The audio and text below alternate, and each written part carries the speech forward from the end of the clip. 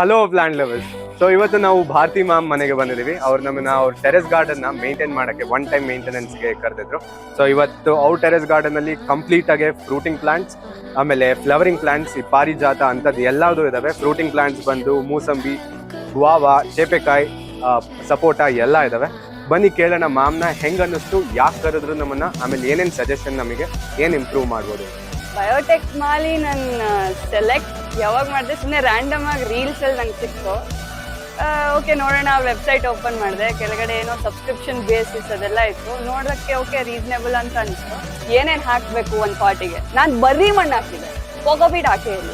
Full ನಿಮ್ಮ quality, ನಿಮ್ಮದು I think dedication and the passion towards plant, ಮಣ್ಣು ಅದೆಲ್ಲ, ಇಟ್ಸ್ ಲೈಕ್ ಮೈಂಡೆಡ್ ಪೀಪಲ್ ಅಂತ ಅನ್ಸ್ಬಿಡ್ದು. ಆಮೇಲೆ so it's been a wonderful experience getting to know you, getting to no.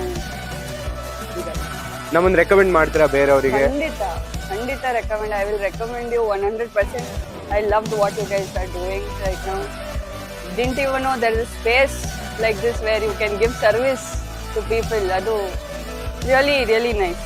Thank you lot ma'am. ನಾನು ಕೊಡ್ತೀನಿ. So ಇವತ್ತಿಗೆ ಇಷ್ಟು.